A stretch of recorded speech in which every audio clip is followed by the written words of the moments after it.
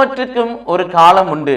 இது இயேசு கிறிஸ்துவுக்குள் பிரியமான என் சகோதர சகோதரிகளே, இந்த நிமிட நச்சரிக்கை இயேசுவின் நாமத்தில் நான் உங்களை அன்போடு அழைக்கிறேன். எல்லாவற்றுக்கும் ஒரு காலம் உண்டு.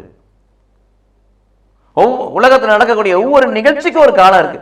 பிறப்புக்கு ஒரு காலம், இறப்புக்கு ஒரு காலம், நடவுக்கு ஒரு காலம், அறுப்புக்கு ஒரு காலம், கொள்ளுதலுக்கு ஒரு காலம், குணப்படுதலுக்கு ஒரு காலம், இடித்தலுக்கு ஒரு காலம், கட்டுவதற்கு ஒரு காலம், மகிழ்வதற்கு காலம், அழுவதற்கு ஒரு காலம், கற்களை எரிய ஒரு காலம், கற்களை சேர்க்க ஒரு காலம், கிழிப்பதற்கு ஒரு காலம், தைப்பதற்கு ஒரு காலம், இழக்க ஒரு காலம், சேர்க்க ஒரு காலம் என்று சொல்லி எல்லாத்துக்குமே ஒரு காலம் இருக்கு. அப்ப எல்லாத்துக்கும் ஒரு காலம் கடவுள் வச்சிருக்காருல்ல.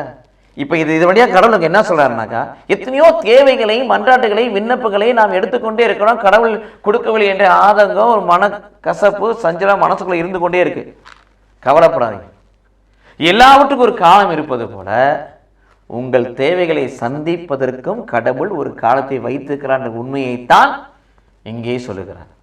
அதுதான் சங்க திருவுரை சபை உரையாளர் 3ஆம் அதிகாரம் 11 வாசிக்கிறோம். கடவுள் அதின் காலத்தில் நேர்த்தியாய் செய்வார். எப்போ உங்கள் தேவையை சந்திக்க வேண்டும் என்று கடவுள் திட்டம் திருவுளமா இருக்கிறார், அந்த காலம் வரப்போ அவர் செய்வார். அப்ப அது வரைக்கும் நாம் காத்திருக்க வேண்டும்.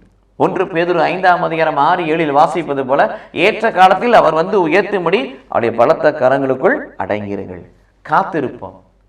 உங்கள் தேவைகளை உங்களுக்கு கொடுப்பதிலே கடவுள் ஒரு காலத்தை முன்குறித்து வைத்திருக்கிறார். அந்த காலம் வருகின்ற பொழுது அவர் செய்வார். ஏனென்றால் எல்லாவற்றும் ஒரு காலம் இருப்பது போல உங்கள் தேவைகளை சந்திப்பதற்கும் கொடுப்பதற்கும் கடவுள் ஒரு காலம் வைத்திருக்கிறார். கடவுள் நம்மை ஆசீர்வதிப்பாராக. ஆமென்.